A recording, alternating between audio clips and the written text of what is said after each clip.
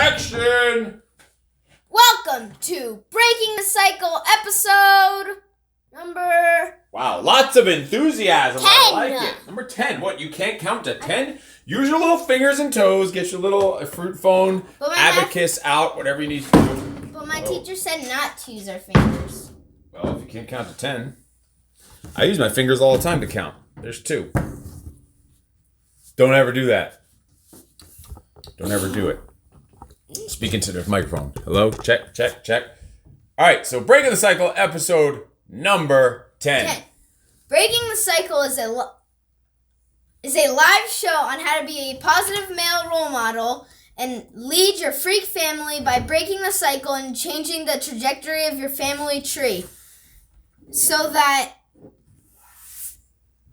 you become the type of man your son would want to become and the type of man one day your daughter would want to marry. These are the types of conversations you should be having with your kids so they can learn or think for themselves and are not afraid to be themselves. So when they eventually, and they will be, are confronted with these life situations, they are not in shock and will have an idea on how to approach it. Wow, you're a little squeaker. Squeak, squeak. A little squeaker. You're hardly on the Facebookers. You're on Instagram. You're on the main camera up front. So we're on several cameras here. This is episode... You're going to push that off. This is episode number 10 of Breaking the Cycle. Doesn't matter. There's nothing on there to even go with. Okay. We're going to do a very serious... Like, we've talked on You guys this... want a joke? Oh, shit. Here we go. Here we go. What do you got? Why did the spy spray his room with bug repellent? Because he thought it was bugged. You should have said insect repellent. Yeah. You screwed it up. The jokes just Keep getting better. get better and better, let me tell you. So, you know, we each week we talk about some of our different freak. We have what we call the freak code. That's our family core values. They're up here on the wall in this little picture frame up here. You probably don't see them. But they're about discipline and energy and attack and mind, body, mission, listen, create, win, confidence, protect, and freak. Being your freak self every day. So here on Breaking the Cycle, we have a different topic each. Yeah. No, I'm not doing a show here or anything. Are you two done? Can we go back to the show, or you two got some other important business to deal with? God, what is going on back here? What the flip? Holy So many pens. All right, so we have some serious topics out here. We talk about bullying. We talk about just being role models in general, about life. We talked about death just a couple of weeks ago. Creeps. Talked about creeps that touch kids in weird places. Drugs. We talked about alcohol and drugs. We talked about all that stuff here. I think the last show, episode 9, I think was on death, right? The last show, which we missed one time. So episode 9 was on death, and we're going to take it to an even deeper, you're not on Facebook over there, even deeper, more serious level, more than ever before, as today we're going to talk about the very serious topic that's about having a motherfucking sense of humor and having some fun and making people laugh and not taking shit too seriously. Like finding the humor in everything you're doing. Like as disciplined and as crazy and as serious as we are freaking freaks. And everything turns into a joke, everything, and shit. I thought I was bad until I met these two little knuckleheads. One time he said life is a joke. It is. That's what I said. I thought I had a bad sarcasm and sense of humor, the way I could just talk shit all the time, until I met these two little freak nuts, and it just doesn't stop. It's just all day. You should, to live in this freak cave that we're in right here, in this nice cave recording studio that we set up in our cave. You don't see around us, but it's all dirt and trees and mud and grime and mountain lions and shit and garden gnomes. And what? Garden gnomes. And what? And. That's not sarcasm. That's just fucking annoying. Oh. That's obnoxiousism. Exactly. There's a difference between sarcasm and obnoxiousism and annoying. Obnoxiousism. Annoyingism, right? Yeah. There's a difference. There's a difference between it. Can I say the difference? I love explaining stuff. No one can hear you because you don't whisper. I love explaining stuff. Speak so the hell up. I love explaining stuff, so can I explain what's the difference? What's the difference? So, wait, what's the first one again? Oh, boy. We'll get back to that thought. We got to keep things rolling here. Sarcasm, obnoxiousm, and annoyingism. Obnoxiousm and annoyingism. Go, what you got? So annoyingism is that you're just being annoying and you don't even know about it, but the other person is even telling it to you. Obnoxiousism is when you're being annoying on purpose, and sarcasm is when you're doing it in a funny way. Mocking somebody or something. Could be. Actually, mocking is obnoxiousism. Yep. Unless it's like, no, you could do mocking in like a sarcasm fun way. Yeah, if you're not being like a jerk, like yeah, we like could how have he does it. you could have like an unwritten agreement like between us. Like you could mock each other and it's like funny about it. You're not trying to be mean or about it. It's all for fun. But sometimes it just becomes like annoying like that. What he did. Perfect demonstration. Thank you for giving us. You always say not to point fingers or look over somebody's shoulder. Boy, I will punch you in the face like a man. I won't point a finger. See, thank you for again demonstrating the annoyingism and what was the other word? Obnoxiousism and sarcasm. Obnoxiousism. Obnoxiousism and sarcasm. Yes, she's a scholar. Wear your face coverings. So, as you can see, each week we would be talking about death, and even while we're talking about death, little freak shows over here would have a fucking joke to crack in between about it. Like, not that death is a funny thing, but it is a part of life and something you need to just learn how to deal with. And listen, learn how to deal with some things in your own way. Sure, there's a time for kids to cry, but there's a better time for them to fucking laugh and have some fun and crack some jokes. What are you doing over there? It's so creepy. Are you Like okay? I'm doing human emojis. Human emojis. Jesus. Elijah. Thanks. What the hell? Saying I heard some creepy people from the stands from down in the cellars out of their cage. Is that the Russian or the garden gnome? The garden gnome is trying to break out of their cage down in the cellar. All right, so this is about humor, having a sense of humor, making people laugh, not taking shit, not taking yourself, not taking situations, not taking even life too seriously. Is life serious? Do you need to take it serious at times? Yes. But you could take every single situation in life and make it a little lighter so it's not just so fucking straightforward and hard and but seriously, gruesome and brutal and such a struggle and all the hardship and all the bitching and moaning and complaining. Like, even when bad shit happens, like the worst in the Marine Corps, if you guys know the worse that things got, the harder that it got of the shit we had to do, the more we would like turn it into fun, make it like a game and talk shit and crack jokes. Like, we'd have to do miserable jobs, cleaning toilet bowls with toothbrushes for hours. Really? Like, not even on your knees, like sitting in a duck position. You know, like you're squatting all the way down, so your knees are going to pop out of the socket like bone, like we're crunching down there.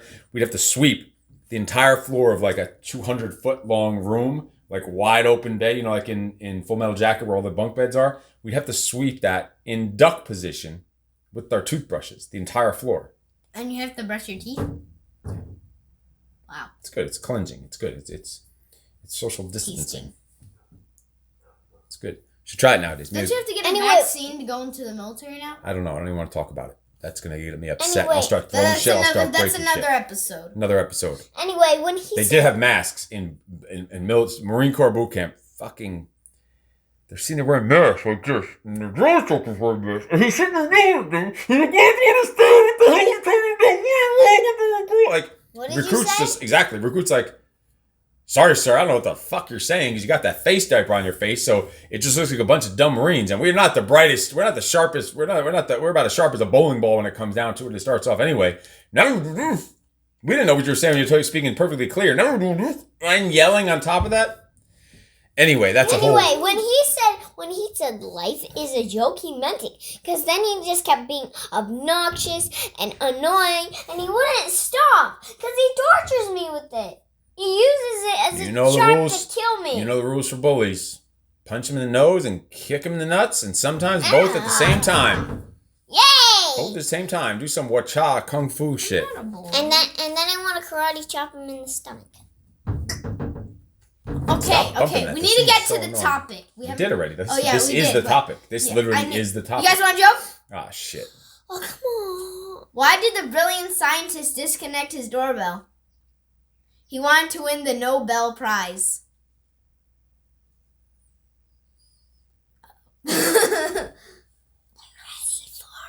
That was just. You ready for another Oh joke, no, guys? I can't take anymore. It's a joke. I know this show is about having a sense of humor, but this is just getting freaking ridiculous. What do you got, kid? Great. What do you got? What did Peanut Butter say he was allergic to? Peanuts, since it's a common allergy.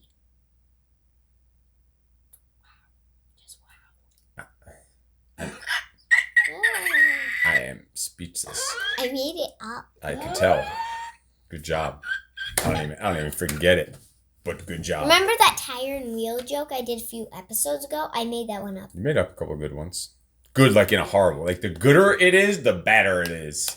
Yeah, we make up wrong words. It's gooder and it's obnoxiousness and whatever else you said. Obnoxiousism. Obnoxiousism, sorry. You just say obnoxious and add ism to the end. Obnoxiosism. I'm good at making words that make sense. Yeah. Okay, we gotta talk about jokes. Let's talk about jokes.